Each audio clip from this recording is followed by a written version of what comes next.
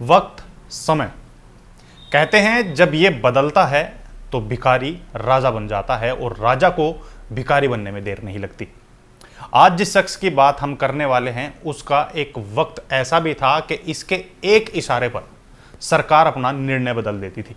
जी हां, हम बात कर रहे हैं बाहुबली नेता मुख्तार अंसारी की।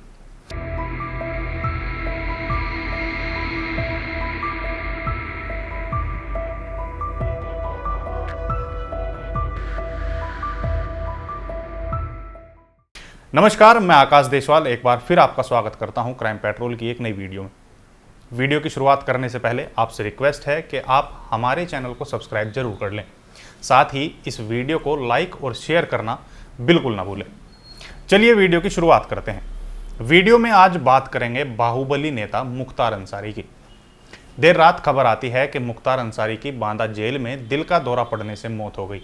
जेल प्रशासन की माने तो बांदा जिला जेल में बंद मुख्तार अंसारी को गुरुवार की शाम रानी दुर्गावती मेडिकल कॉलेज में भर्ती कराया गया था।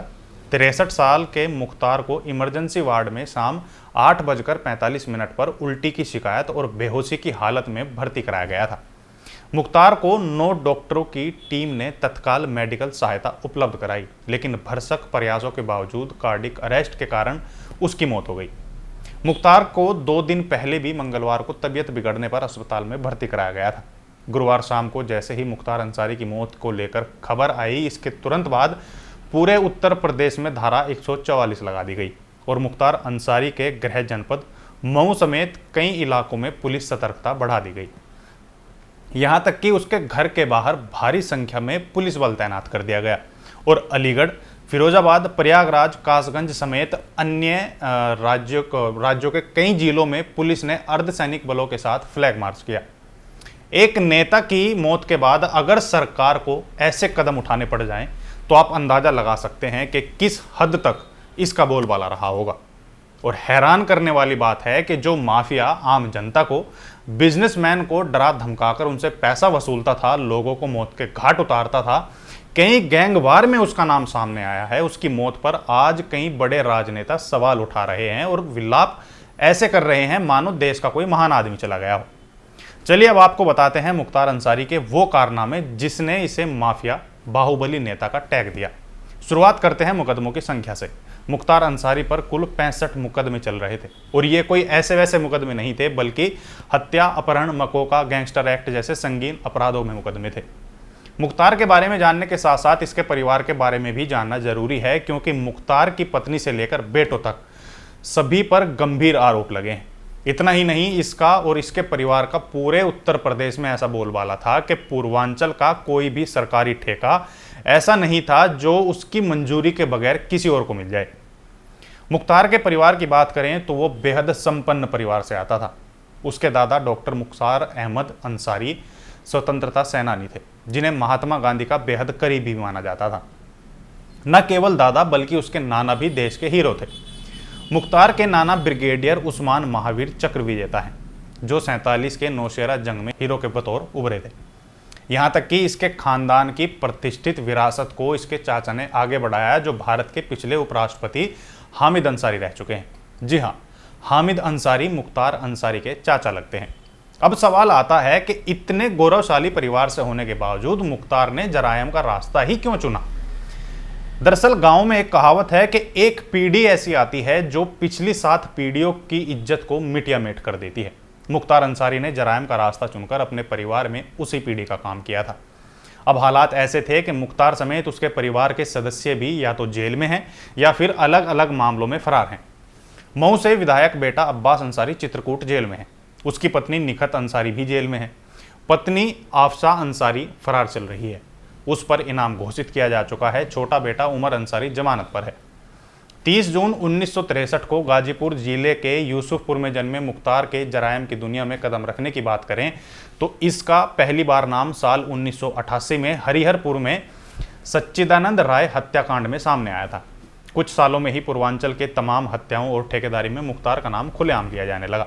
सत्ता और प्रशासन का संरक्षण मिलने से मोहम्मदाबाद से निकलकर मुख्तार अंसारी अपराध की दुनिया में बड़ा नाम हो गया। करीब 40 साल पहले राजनीति में कदम रखने वाला मुख्तार देखते ही देखते प्रभावशाली नेता बन गया। विधानसभा में पूर्वांचल की मऊ सीट से लगातार 2002, 2007, 2012 और 2017 में लोगों की पहली पसंद बनकर विधायक बना। मुख्तार अंसारी मूल रूप से मखनू सिंह गिरोह का सदस्य था, जो 1980 के दशक में काफी सक्रिय था। अंसारी का यह गिरोह कोयला खनन, रेलवे निर्माण, स्क्रैप निपटान, सार्वजनिक कार्यों और शराब व्यवसायों जैसे क्षेत्रों में लगा हुआ था। अपहरण, हत्या व लूट सहित अन्य आपराधिक गतिविधियों को अंजाम देता था। जबरन वसूली का गिरोह चलाता था। मऊ, गाजीपुर, वाराणसी और जौनपुर में सक्रियता ज्यादा थी। 20 से भी कम की उम्र में मखनू सिंह गिरोह में शामिल होकर मुख्तार अंसारी अपराध की सीढ़ियां चढ़ता चला गया। जमीन पर कब्जा, अवैध निर्माण, हत्या, लूट सहित अपराध की दुनिया के कुछ ही ऐसे काम होंगे जिनसे मुख्तार का नाम न जुड़ा हो।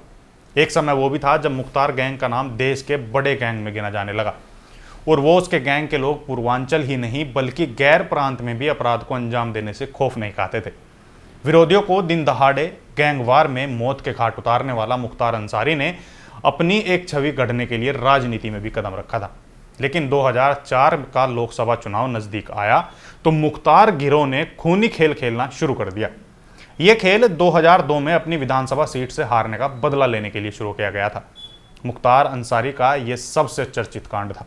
फरवरी 2004 में कृष्णानंद राय के खास रहे अक्षय राय उर्फ टुनटुन की हत्या की गई। फिर 26 अप्रैल 2004 को कृष्णानंद राय के करीबी झिनकू और फिर भाजपा कार्यकर्ता शोभनाथ राय की हत्या की गई। फिर 27 अप्रैल 2004 को दिलदार नगर में राम अवतार की हत्या हुई। लोकसभा चुनाव के बाद 12 चवर विकासखंड मुख्यालय पर कृष्णानंद के करीबी अविनाश सिंह पर भी फायरिंग की गई। इसके कुछ समय बाद ही जब भाजपा नेता कृष्णानंद राय एक कार्यक्रम का उद्घाटन करके लौट रहे थे कि तभी उनकी bullet proof car Tata Sumo गाड़ी को चारों तरफ से घेरकर अंधाधुंध फायरिंग की गई। हमले के लिए स्पॉट ऐसी सड़क को चुना गया जहां से गाड़ी न दाएं मुड़ सकती न बाएं।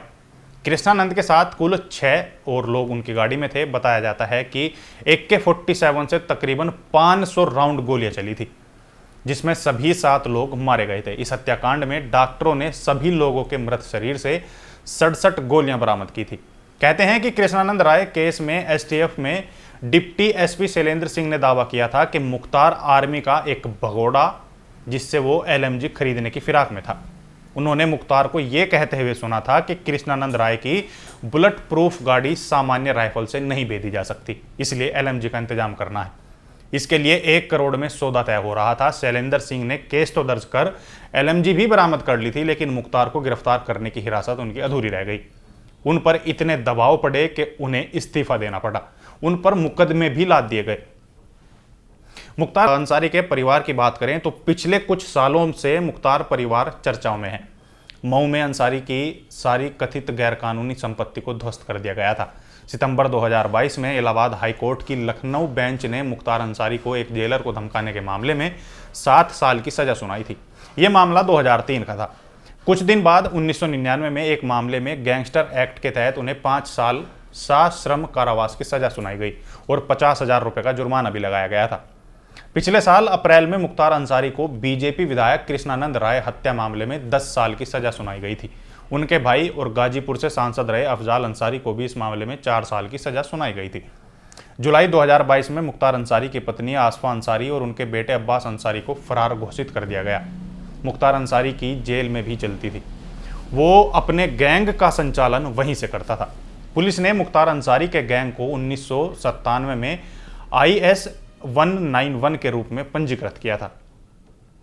1990 का एक केस ऐसा भी था जिसने मुख्तार के नाम का आतंक को और ज्यादा बढ़ा दिया था। यह केस था अवधेश राय की हत्या।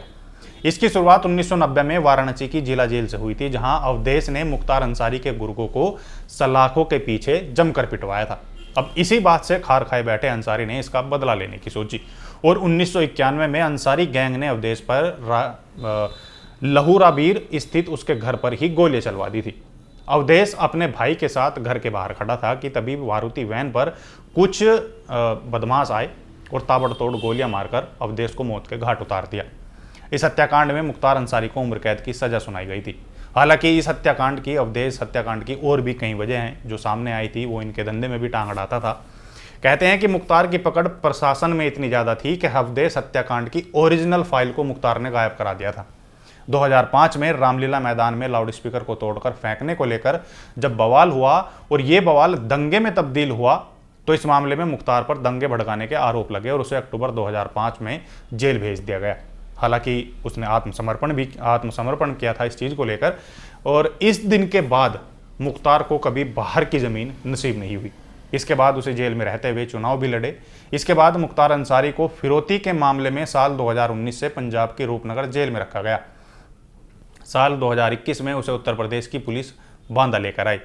तब से वो यहीं पर बंद था। पूर्वांचल में कभी जिस मुख्तार अंसारी के इशारे पर सरकार अपना निर्णय बदल लेती थी, अब वो मुख्तार अंसारी खत्म हो चुका है, उसका अंत हो चुका है।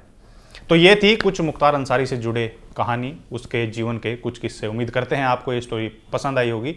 साथ ही आप हमें कमेंट करके इस स्टोरी के बारे में अपनी राय जरूर दें। अब हमें दीजिए इजाज़त। नमस्कार।